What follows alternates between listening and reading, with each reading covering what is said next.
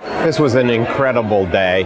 It was pretty inspiring to me to see all the panels, see all the legal aid staff, see how wonderful the Bureau is. The thought that the Bureau has adopted a pledge of including human rights in all of its work is an inspiration to me to look at my work and think about how human rights should fit into the work that I'm doing currently. And I think the highlight for me was Florence Roisman complimenting the next generation that they're going to have to carry on the torch of justice and that they are so capable of doing that. So keep that in patience, but also at the same time, keep the long view. Look, I mean, this is not a good moment for human rights, but it's a lot better than it was 50 years ago, let alone 100 years ago, let alone 200 years ago. And I'd like to believe that the courageous shift, and I think groundbreaking shift, you as an institution have made in terms of your commitment to use human rights to meet the basic needs of the poor within the state of Maryland is an incredible development. We have to push the legal community to create greater capacity for human rights advocacy. And I really commend Professor Crooms' leadership on this issue. I thought it was amazing. I'm an attorney at the Maryland Disability Law Center, and every day I work for humanity. And when I say for humanity, I mean I work to preserve human rights. And so to have a whole day of thinking about human rights and how to integrate that into our daily work is just precious and wonderful, and I'm so glad that the Legal Aid Bureau and the universities put this symposium together.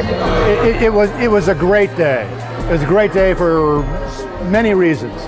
One, it was kind of a reunion of a lot of people who for many years have been supportive of legal services. It was great to celebrate with today's legal aid lawyers, the great work they're doing, and the topic was really interesting. You know, the challenge to think about how human rights, particularly international human rights, connects with legal services work is a great challenge. And I thought today we made a lot of progress in figuring out how the two connect.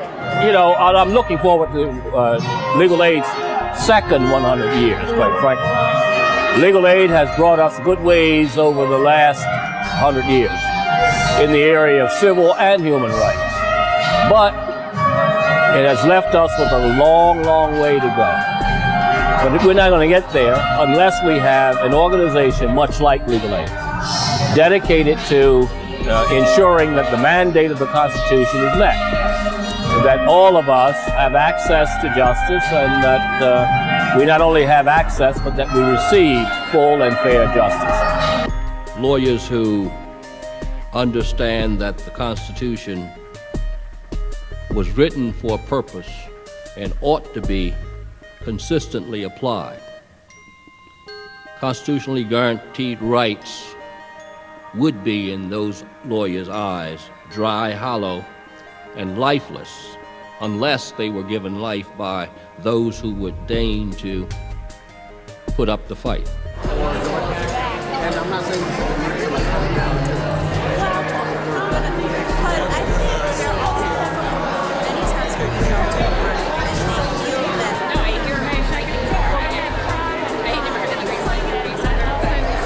The Legal Aid Bureau of Maryland has managed to accomplish each year.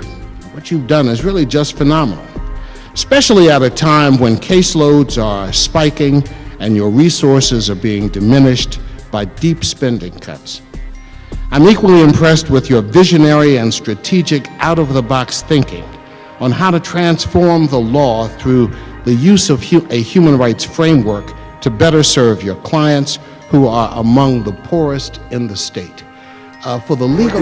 Today should have been nationwide, where everybody could see the lawyers and the panel working together and trying to make this a better world to live in. And you know, to have human rights, it should be like breathing. We shouldn't have to fight for it.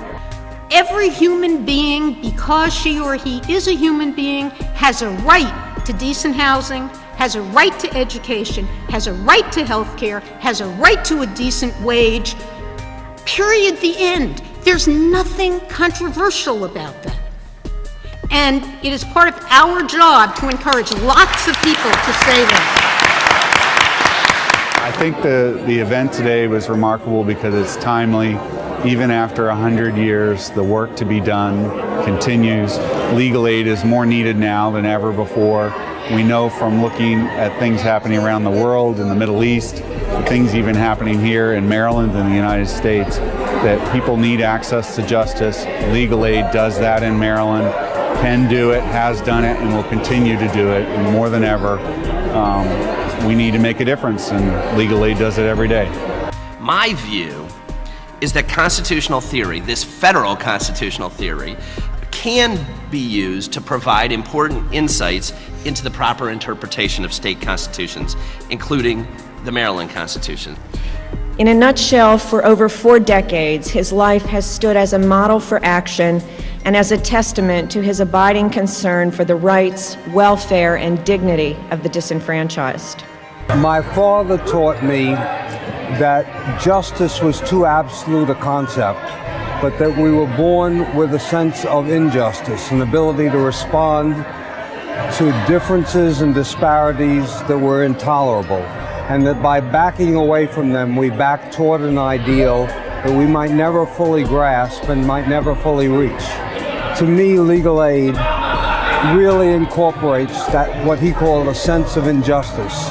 And that's what drives the whole species forward on an unending journey, and that's why this celebration was so important symbolically, to honor that sense of injustice that drives the whole agency, and that could celebrate a century of doing that.